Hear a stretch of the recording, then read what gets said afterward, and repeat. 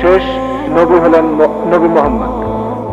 আর আমার বন্ধুরা আমাকে বলেছে যে যীশু খ্রিস্ট আবার আসবেন। এই কথাটা কি সত্যি? ভাই, আপনি প্রশ্ন করলেন যে মোহাম্মদ সাল্লাল্লাহু আলাইহি সাল্লাম হলেন শেষ নবী, শেষ রাসূল, কিন্তু তার বন্ধু যীশু খ্রিস্ট আবার পৃথিবীতে আসবেন। এই কথাটা বাইবেলও বলা আছে, যীশু খ্রিস্ট আবার পৃথিবীতে আসবেন। কোরআনের বেশ কিছু আয়াতে এই কথা বলা হয়েছে, যেমন সূরা মাইদার 116 নম্বর আয়াতে বলা হয়েছে। আর সব মিলিয়ে 70টি সহিহ হাদিস আছে যেখানে বলা আছে যীশু খ্রিস্ট আবার ফিরে আসবেন। কিন্তু যে কারণে যীশু খ্রিস্ট আবার পৃথিবীতে আসবেন সেটা হলো খ্রিস্টান ধর্মের যীশু খ্রিস্ট তিনি ঈশ্বরের একমাত্র প্রেরিত দূত, যাকে তার অনুসারীরা ভুল করে ঈশ্বর বলে মানে। আর কোনো নবী নেই যাকে তার অনুসারীরা ঈশ্বর বলে ভুল করেছে।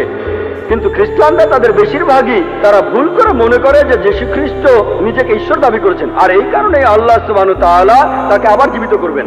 আর এই সম্পর্কে পবিত্র কোরআনে সূরা মাইদার 116 নম্বর আয়াতে উল্লেখ করা হয়েছে, সেই দিন আপনি সাক্ষী হবেন, হে আল্লাহ সুবহানাহু ওয়া তাআলা, আমি তাদের উপাসনা করতে বলিনি, আমাকে আমি বলেছি আবুদুল্লাহ, আল্লাহকে মানো, রব্বি ওয়া রাব্বুকুম, আমার প্রভু তোমাদের প্রভু। তাই দ্বিতীয়বার পৃথিবীতে এসে যীশু সাক্ষ্য দেবেন যে আমি আমাকে উপাসনা করতে বলিনি, আমি তোমাদের বলেছি এক ঈশ্বরের উপাসনা করতে। তাহলে দ্বিতীয়বার যীশু নতুন কোনো আইন আনবেন না, তিনি আসবেন হযরত মুহাম্মদ সাল্লাল্লাহু আলাইহি সাল্লামের উম্মত হিসেবে। তিনিও এই আইন মেনে চলবেন, কোরআনের আইন আর সহিহ হাদিস। তিনি আমাদের নতুন কিছু শেখাবেন না, তিনি পৃথিবীতে এসে সাক্ষ্য দেবেন খ্রিস্টানদের সামনে, আমি নিজেকে ঈশ্বর দাবি করিনি, এখন তোমরা কোরআন আর সহিহ হাদিস মেনে চলবে। আপনি বললেন যে শেষ নবী হলেন নবী মোহাম্মদ, আর তারপর যীশু আবার ঠিক দ্বিতীয়বার তিনি নতুন নির্দেশ আনবেন না। রাসূল মানে যিনি কিছু নির্দেশ পান, তিনি দ্বিতীয়বার রাসূল হিসেবে আসবেন না।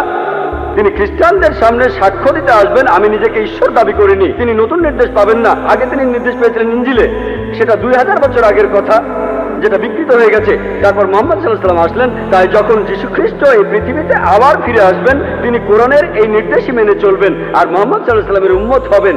তাহলে রাসূল হিসেবে, ঈশ্বরের দূত হিসেবে সর্বশেষ হলেন নবী মুহাম্মদ সাল্লাল্লাহু আলাইহি সাল্লাম। আশা করি উত্তরটা পেয়েছেন।